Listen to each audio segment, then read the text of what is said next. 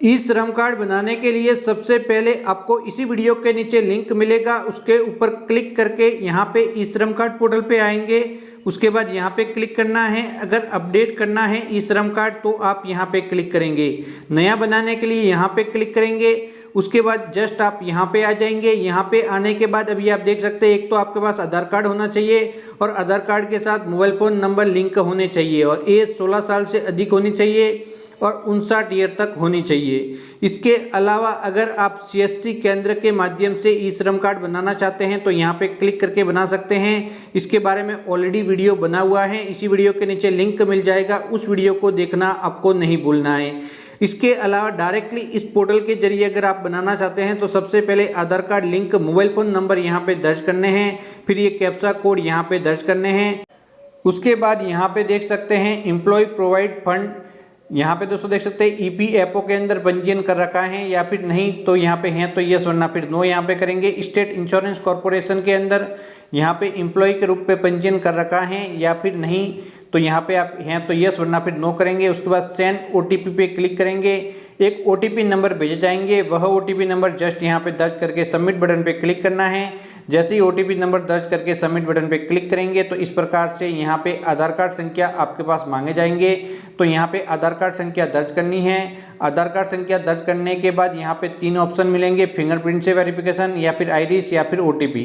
तो सबसे बेस्ट है कि आपके ओटीपी से कर लो आप, आसान रहेगा। उसके बाद ये कैप्चा कोड यहाँ पे दर्ज करने हैं। कैप्चा कोड यहाँ पे दर्ज करने के बाद आई एग्री वाले ऑप्शन पे जस्ट आपको क्लिक करना है। जैसे ही आई एग्री पे क्लिक करके सबमिट पे क्लिक करेंगे तो आपका इस प्रकार से एक ओटीपी नंबर भेजे जाएंगे, वो यहाँ पे दर्ज करके वैलिडेट पे जस्ट आपको क्लिक करना है।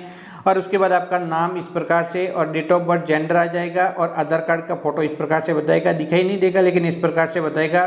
फिर कंटिन्यू टू एंटर डिटेल पे क्लिक करेंगे।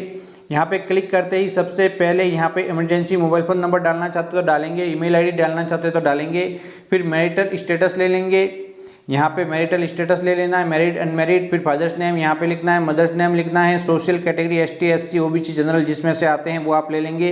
ब्लड ग्रुप पता है तो ले लेंगे वरना फिर ब्लैंक छोड़ लेंगे। दिव्यांग है तो यस लेके उसकी कैटेगरी यहाँ पे भरेंगे। अगर दिव्यांग नहीं है तो आप जस्ट यहाँ पे नो ले लेंगे। उसके बाद पर्सनल इन्फॉर्मेशन कंप्लीट हो जाएगी। फिर नॉमिनी डिटेल भरना है तो नॉमिनी जिसे नॉमिनेट करना चाहते हैं उसका नाम, उसकी डेट ऑफ बर्थ, उसका जेंडर, फिर उसका आपके साथ क्या रिश्ता है वो रिश्ता यहाँ पे ले लेना है। उसके बाद नॉमिनी का एड्रेस क्या है, नॉमिनी के mobile phone number and save and continue पे क्लिक करेंगे। अगले भाग के अंदर एड्रेस मांगा जा रहा है तो सबसे पहले स्टेट लेना है, उसके बाद जिला लेना है, उसके बाद स्टेट स्पेशल आईडी है तो वो आप यहाँ पे दर्ज कर सकते हैं वरना फिर ब्लैंक छोड़ देंगे। उसके बाद आपको करंट एड्रेस बनना है, मौजूदा एड्रेस तो शहर है तो ये अर्बन लेना है, ग्रामीण क्षेत्र के अंदर रह रहे हैं तो रूरल लेना है। तो यहाँ पे मौजूदा एड्रेस बनना है तो एड्रेस लाइन 1 और 2 के अंदर जो भी एड्रेस है मोहल्ला वगैरह गली आप भर लेंगे। फिर स्टेट लेना है, यहाँ पे स्टेट लेने के बाद वापस डिस्ट्रिक्ट लेना है, डिस्ट्रिक्ट लेने के बाद तहसील लेनी है, तहसील लेने के बाद सिटी लिखना है। ग्रामीण क्षेत्र से लिया है तो ग्राम यहाँ पे सिलेक्ट करना है। उसके बाद यहाँ पे पिन कोड दर्ज कर लेने हैं।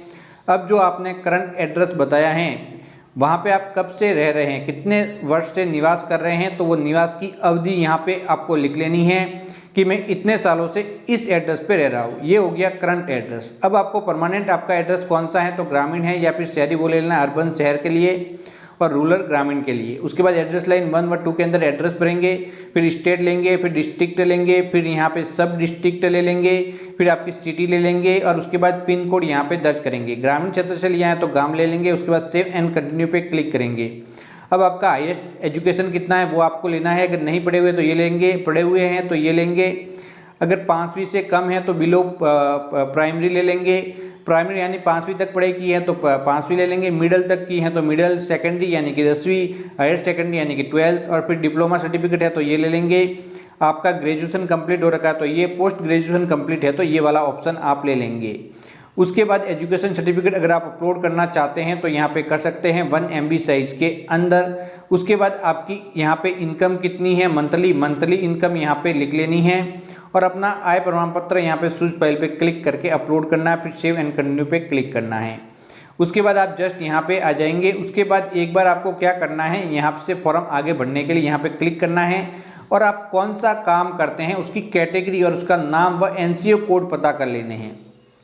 तो यहाँ पे देख सकते हैं सीरियल नंबर है, यहाँ पे दोस्तों देख सकते हैं जॉब और क्या है। तो यहाँ पे आपको देख लेना है कि आप कौन सी कैटेगरी के अंतर्गत आते हैं, तो उसको आपको यहाँ से कॉपी कर सकते हैं और कॉपी करके डायरेक्टली पेस्ट करेंगे तो यहाँ पे डिटेल आपकी आ जाती है। तो यहाँ पे सबसे अंत में इस शीट के अंदर भी आप देख सकते हैं जो अंतिम वाला कॉलम है, यहाँ पे आप देख सकते हैं। तो यहाँ पे दोस्तों देख सकते हैं ये सभी दिए हुए, जैसे कि ये वाला है क्या काम करते हैं, जैसे कोई पेंटर हैं तो ये बता दिया है यहाँ पे अलग अलग। तो ये आपको कंफर्म करना है। उसके बाद आप क्या काम करते हैं आप कंफर्म हो चुका है। तो इसके अलावा दोस्तों अगर आप उबेर, ओला और जोमेटो जैसी सर्विस के अंदर काम करते हैं तो यस करना है। उसके बाद कौन से प्लेटफॉर्म पे काम करते हैं वो लिख लेना है और यहाँ पे आईडी वगैरह प्रोवाइड कराई गई हैं तो ये डिटेल आप यहाँ पे फिलअप कर लेंगे। अगर नहीं करते तो नो लेंगे। उसके बाद प्राइमरी यहाँ पे जो भी आप काम करते हैं वो यहाँ पे लिखना है। तो आपने जो लिस्ट डाउनलोड की वहाँ से नोट किया तो कॉपी करके पेस्ट कर लो, नहीं किया तो आप टाइप करेंगे तो नीचे आ जाएंगे। जैसे फॉर एग्जाम्पल मैं कंप्यूटर ऑपरेटर हूँ तो मैंने कंप्यूटर ऑपरेटर यहाँ पे ले लिया है। तो इस प्रकार से आप भी ले सकते हैं। तो इस प्रकार से ये काम होता है। जैसे लिया तो क्या क्या काम आता है कंप्यूटर ऑपरेटर के अंतर्गत यहाँ पे आ जाएगा, जो आप अच्छे से समझ सकते हैं। अब ये जो मैंने प्राइमरी जो भी काम लिया है वो कितने सालों से मैं कर रहा हूँ तो वो आपको यहाँ पे ले लेना है कि जैसे फॉर एग्जांपल 10 साल 20 साल जो भी हैं आपके। फिर सेकेंडरी काम आप कोई और करते हैं तो वो भी लिस्ट में देख के आप यहाँ से ले सकते हैं। अब जो भी आप काम कर रहे हैं इससे संबंधित अगर आपके पास कोई डॉक्यूमेंट अवेलेबल हैं तो वो सूच फाइल पे क्लिक करके अपलोड कर लेने हैं। अगर नहीं है तो कोई बात नहीं, इसको आप ब्लैंक छोड़ सकते हैं। दोस्तों देख सकते हैं डॉक्यूमेंट सर्टिफिकेट वाला ऑप्शन है, इसके जस्ट नीचे अभी आप देख सकते हैं ये वाला, यहाँ पे 1 MB साइज के अंदर डॉक्यूमेंट अपलोड करना है काम से संबंधित। उसके बाद जो भी आप काम कर रहे हैं ये आपने कहाँ से सीखा, तो यहाँ पे आपने ट्रेनिंग नहीं ली है, रिसीव ट्रेनिंग तो आप ये लेंगे। अगर कोई ट्रेनिंग नहीं ली है इससे संबंधित तो सेकंड वाला लेंगे। तो यहाँ पे ध्यान रखना है, अगर कोई ट्रेनिंग सर्टिफिकेट वगैरह कोई भी आपने किया है तो ये फर्स्ट वाला लेना है। अगर आपने ऐसे ही सीखा है तो आप सेकंड वाला ऑप्शन लेंगे। तो ये सबसे महत्वपूर्ण है, यहाँ पे गलती नहीं करनी है आपको। तो जैसे कि मैंने ट्रेनिंग ली है तो मैं ट्रेनिंग ले लूँगा। तो उसके बाद आपके पास सर्टिफिकेट नंबर हैं या फिर नहीं, और सर्टिफिकेट नंबर यहाँ पे डाल देने हैं। इसके अलावा अगर आप अपनी स्किल को अपग्रेड करना चाहते हैं तो ये वाला ऑप्शन ले लेंगे, वरना इसे ब्लैंक छोड़ सकते हैं। तो ये आप समझ चुके होंगे। तो यहाँ पे दोस्तों ये वाला ऑप्शन है। अगर आपने कोई भी ट्रेनिंग नहीं ली है, जैसे कि यहाँ पे अगर आपके पास लाइसेंस नंबर है तो यहाँ नहीं है तो नो करके डायरेक्ट ये ले सकते हैं। ये बात पर ध्यान रखें, ओनली अगर आपके पास कोई डिटेल अवेलेबल नहीं है लेकिन ट्रेनिंग ली है। उसके अलावा अगर आपने ट्रेनिंग नहीं ली है तो ये लेना है। और उसके बाद आपने किस प्रकार से स्किल सीखी हैं, तो यहाँ पे सेल्फ लर्निंग हो गया या फिर जब काम पे जाते हैं तो वहाँ पे पास में काम करके सीखा है। तो ये हैं, अगर ये दोनों तीनों ही नहीं आते तो अदर वाला ऑप्शन भी यहाँ पे मिल जाता है। तो ये ज़्यादातर लर्निंग ऑन जॉब होता है। और उसके बाद ट्रेनिंग लेना चाहते हैं तो ये वाला ले सकते हैं। तो इस प्रकार से ये वाला भाग सबसे महत्वपूर्ण होता है। यहाँ पर बहुत सारे लोग गलती करते हैं, तो ये बिल्कुल सही डालना है। तो यहाँ पे दोस्तों देख सकते हैं, मैं यहाँ पे डाल देता हूँ कि मेरा यहाँ पे सर्टिफिकेट है, सर्टिफिकेट नंबर यहाँ पे डालूंगा और यहाँ पे स्किल अपग्रेड करना चाहता हूँ तो ये लूँगा एंड सेव एंड कंटिन्यू पे क्लिक करूँगा। अब बैंक खाते की डिटेल पढ़नी है तो बैंक खाता आधार कार्ड के साथ लिंक होना चाहिए, इस बात का ध्यान रखना। अगर लिंक नहीं है तो बैंक में जाके आप करवा सकते हैं। उसके बाद बैंक अकाउंट नंबर और बैंक अकाउंट नंबर यहाँ पे कंफर्म करने हैं। अकाउंट होल्डर का नाम लिखना है और यहाँ पे IFSC कोड दर्ज करने हैं। जैसे ही IFSC कोड दर्ज करके सर्च पे क्लिक करेंगे तो बैंक व ब्रांच का नाम ऑटोमेटिक आ जाएगा। उसके बाद जस्ट सेव एंड कंटिन्यू में क्लिक करेंगे और जैसे ही यहाँ पे क्लिक करेंगे तो आपको प्रीव्यू दिखाई देगा। तो सबसे पहले ये पर्सनल डिटेल के अंदर ये जो आधार कार्ड की डिटेल है ये आएगी, फोटो वगैरह, फिर पर्सनल डिटेल आ जाएगी जिसके आप जांच कर लेंगे। दोस्तों देख सकते हैं ये पूरी पर्सनल डिटेल है। उसके बाद नॉमिनी की डिटेल आएगी, यहाँ पे देख सकते हैं जो आपने भरी हैं। उसके बाद जो आपने एड्रेस भरा है वो दिखाई देगा। उसके बाद आपका क्वालिफिकेशन है वो आपको दिखाई देगा। तो इस प्रकार से पूरा का पूरा देख लेंगे, फिर बैंक अकाउंट भी देख लेंगे। उसके बाद बिल्कुल सही है तो ठीक है, अगर कोई गलती है तो यहाँ पे क्लिक करके एडिट पे क्लिक करेंगे तो वापस आपका एडिट ऑप्शन आ जाएगा, वहाँ से आप करेक्शन कर सकते हैं। इसके अलावा NCS पोर्टल पर रजिस्ट्रेशन करना चाहते हैं तो यस वरना फिर नो करेंगे।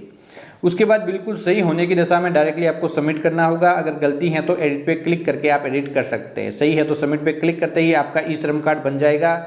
उसके बाद डाउनलोड UN कार्ड पे क्लिक करके इसे डाउनलोड करेंगे और इसकी प्रिंट आउट आगे व पीछे के निकाल के ID कार्ड तैयार कर लेंगे और इस प्रकार से ई-श्रम कार्ड बड़े ही आसानी से बन जाता है। तो ये तरीका होता है ऑनलाइन ई-श्रम कार्ड बनाने का, जो कि आप कंप्लीट डिटेल में समझ चुके होंगे।